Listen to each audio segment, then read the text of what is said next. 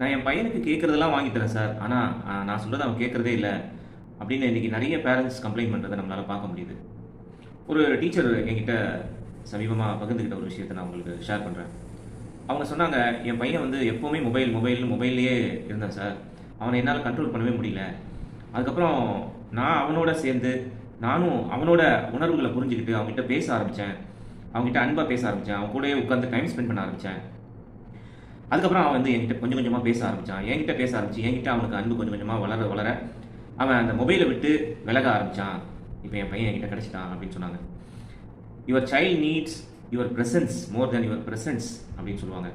உங்களுடைய நேரம் குழந்தைகளுக்கு ரொம்ப முக்கியம். நீங்கள் கொடுக்கும் அன்பளிப்புகளை விட நீங்கள் கொடுக்கும் நேரம் உங்களுடைய குழந்தைகளுக்கு ரொம்ப முக்கியம் அப்படின்னு சொல்லுவாங்க. எனவே ஒரு பெற்றோரா பிள்ளைகளோட அதிகமாக நேரம் செலவு பண்ணுவது, அவங்களோட உட்கார்ந்து அவர்களுடைய புறத்திலிருந்து அவர்களுடைய விஷயங்களை காது கொடுத்து கேட்பது ரொம்ப முக்கியமான விஷயம்.